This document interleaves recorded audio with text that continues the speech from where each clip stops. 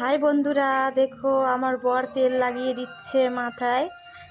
আমাদের কাছে থাকলে কেমন আমরা হাসি মজাক করি, কেমন ভালোবাসা হয়, চলো তোমাদের আমরা আজকে দেখাচ্ছি যে আমরা কেমন করি দুজনে।